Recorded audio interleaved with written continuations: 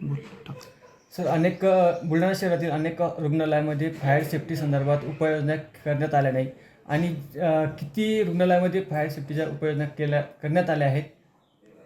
जवळपास बुलढाणा शहरामध्ये एकूण 70च्या जवळपास खाजगी रुग्णालय आहेत, 2 शासकीय रुग्णालय आहेत. यामध्ये जिल्हा सामान्य रुग्णालय व जिल्हा स्त्री रुग्णालय असे 2 शासकीय रुग्णालय आहेत. या दोन्ही शासकीय इमारतीमध्ये महाराष्ट्र आग प्रतिबंधक व जीवसुरक्षा उपाययोजना अधिनियम 2006 व राष्ट्रीय इमारत बांधकाम संहिता 2016 नुसार सर्व उपाययोजना कार्यान्वित आहेत.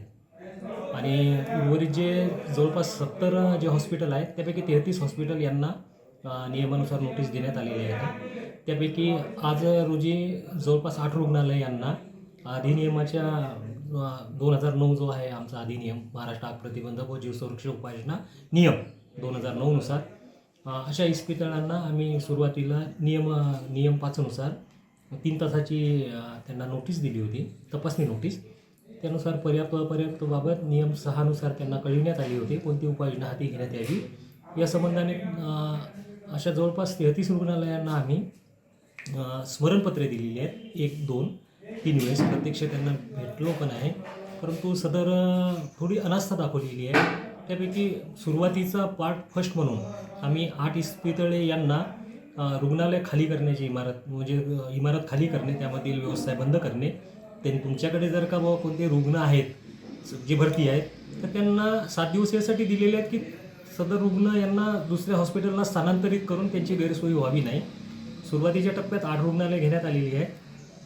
सदर कालावधी पूर्ण झाल्यानंतर सदर इमारतीला जो विद्युत पुरवठा खंडित करण्यात आलेला आहे त्याबाबत जे प्रभारी अधिकारी असतील त्यांना अधिनियमाच्या तरतुदीनुसार इमारतीचा जो विद्युत पुरवठा आहे तो खंडित करण्याबाबत आदेश निर्गमित करण्यात येईल. ती कोणकोणती 8 रुग्णालय आहेत सर? 8 रुग्णालयाची यादी आहे माझ्याकडे.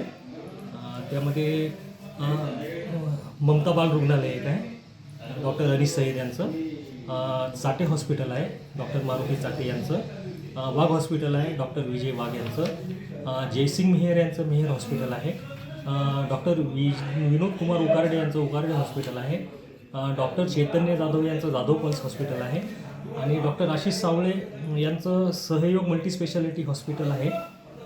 आणि एक शेवटचं आहे सिटी हॉस्पिटल आहे. यांना आम्ही या प्रकारची नोटीस दिलेली आहे. आणि उर्वरित जे आहे तर एकदम सर्व जर का रुग्णालयावरती आपण कारवाई जर का केली तर आरोग्य यंत्रणेवरती ताण नाही यावर, डॉक्टरमध्ये आणि सामान्य नागरिकांना आरोग्यविषयक काही हेळसांड निर्माण नाही व्हावं, गैरसोय निर्माण नाही व्हावं याकरता प्रथम जो टप्पा म्हणून 8 रुग्णालयावरती कारवाई करण्याचे माननीय मुख्याधिकारी श्री गणेश पांडे साहेब यांच्या मार्गदर्शनाखाली ही सर्व कारवाई करण्यात आलेली आहे.